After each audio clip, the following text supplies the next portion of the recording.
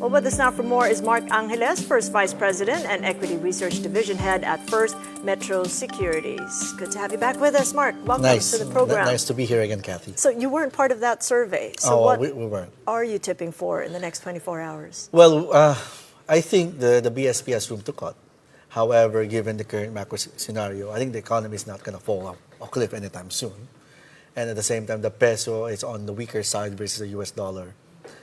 And I think they can wait a little bit, pause this round, and maybe resume cutting sometime next meeting, especially once there's some clarity on what the Fed is going to do. And that will allow a little bit of strength or somewhat stabilization on the currency. So they can wait, but if they do cut, what kind of conversations do you think would come around in the policy meeting if it weren't going to be unanimous? Just as the survey says, 6 out of 16 expect a cut. So that's still a minority. Correct. Well, I guess I recall one interview with Ramalona, right? He mentioned that they can cut in order to support the economy. So if they do cut, right now we're not seeing anything in terms of weakness in the economy. Maybe they're seeing something else, right? And then that's something that we will take note if they do cut next round.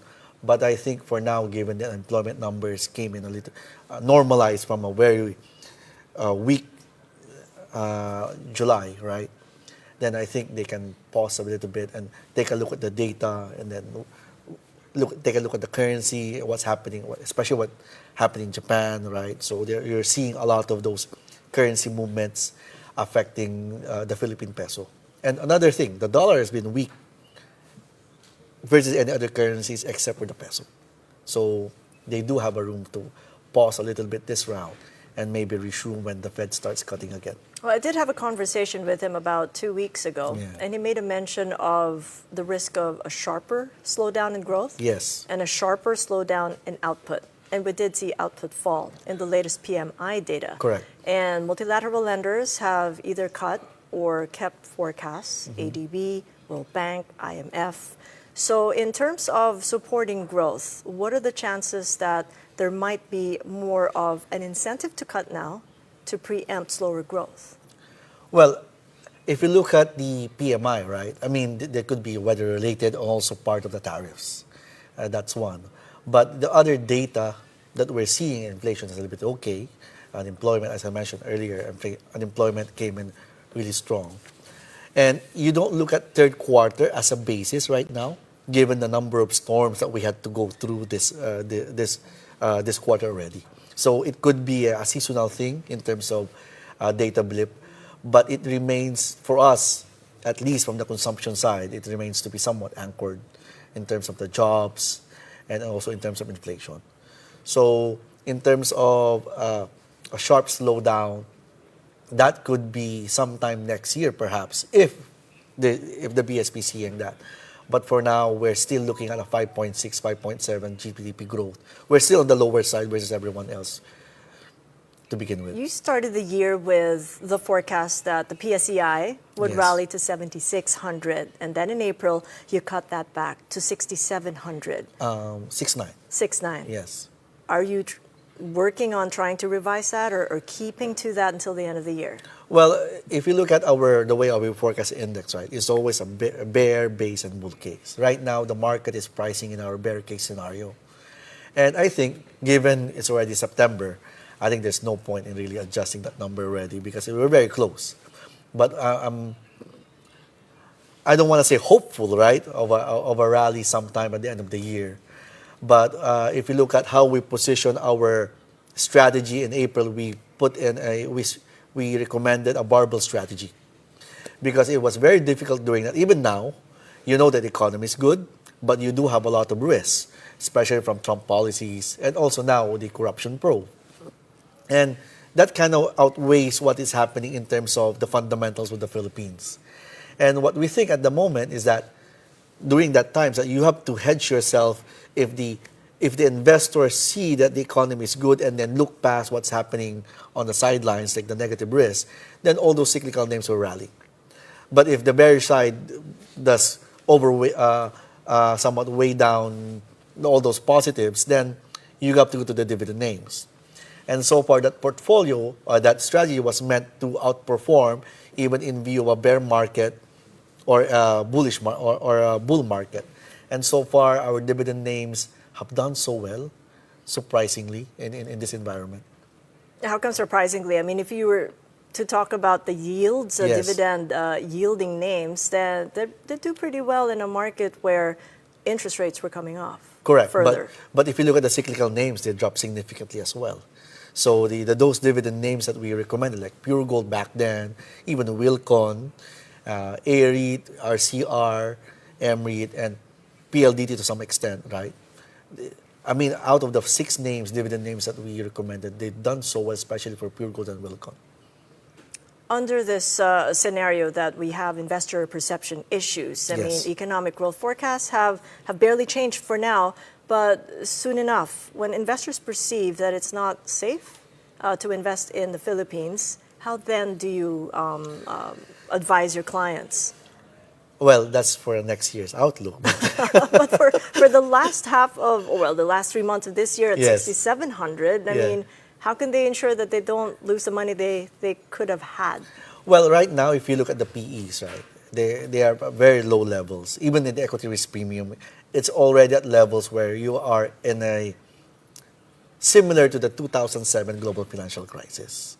So it's reflecting crisis levels ERP, whereas we don't see a crisis at the moment in the Philippines. So that's that's something that we do recognize, and I think the negative sentiment has spilled over to that extent that the ERP has shot up significantly, and we think at these levels, even at 6,000 or below 6,000, it's a good time to accumulate if you are looking for a more long-term perspective in the market.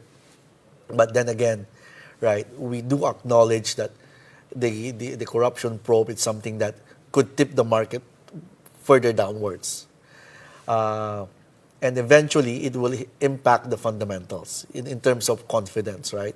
So you're now affecting investor confidence. Eventually, it will go to the business confidence and the consumer confidence if they don't put a backstop to it right now. So if you have a bear case scenario, what is the barest of the bear then? I mean, no economic crisis for now for you, but the Makati Business Club says it already is. Well, the bear is about 5,000, but assuming we do have a full-blown economic crisis. But so far, that's not in our cards at the moment. And our bear case already reflects a very significant uptick into your equity risk premium. Dividend yielding stocks then, that's one in the bag. But what about the corporate bond issuances? Because a lot of companies are coming out with that and yields are looking pretty good. Would that be an alternative if they wanted to add on more risk or a little bit more of a nuanced risk? Apart from dividend yielding actually, stocks? right now, those dividend names, the bond listings are somewhat very attractive. If I were investors, I would lock them in right now, knowing that yields gonna fall. Knowing that yields gonna fall eventually in the next 12 months, given our view of rate cuts. Right, yields are pretty high, around 6% for most of those names that are issuing bonds, and good quality companies as well. So not much to fear in terms of investing in them, and I think they can augment your portfolio if you add a little bit of those bond listings or bond issuances in your portfolio. Okay, Yeah. talk to us about the final IPO of the year. Ramon Monzon said it's going to be the last, Maynilad. What do you make of it? Well, so far, the dividend yield is quite high at 6%. So it is attractive to a lot of investors already. And you do have a lot of anchor investors that have expressed, that will support the prices. So unfortunately, it's the last one. We're hoping for more listings. But then again, given the market condition, it is pretty good that they were able to get those anchor investors in, given where we are given the market conditions right now. All right, so just to recap, PSEI by the end of the year? I'm still looking at 6.9, but hoping that the term now is hope. But it could rally, especially if we see this corruption probe. They put a backstop to it, right? The government does something that will revive investor confidence. then given the fundamentals, given how cheap the market is, I think there's room to rally. And interest rate differentials as well as the peso. Well, right now we have 75 bips between the versus the U.S. policy rates.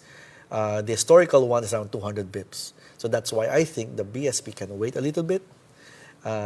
If they cut now, that interest, the pressure will tighten up again to 50 bips, and that will have an impact on where the peso is versus the US dollar. All right. Well, we're 24 hours down the line to that decision. Thank you so much. Thank you, Kathy. See how it goes. Yeah. If they can wait. They can wait. Mark Angeles of First Metro Securities.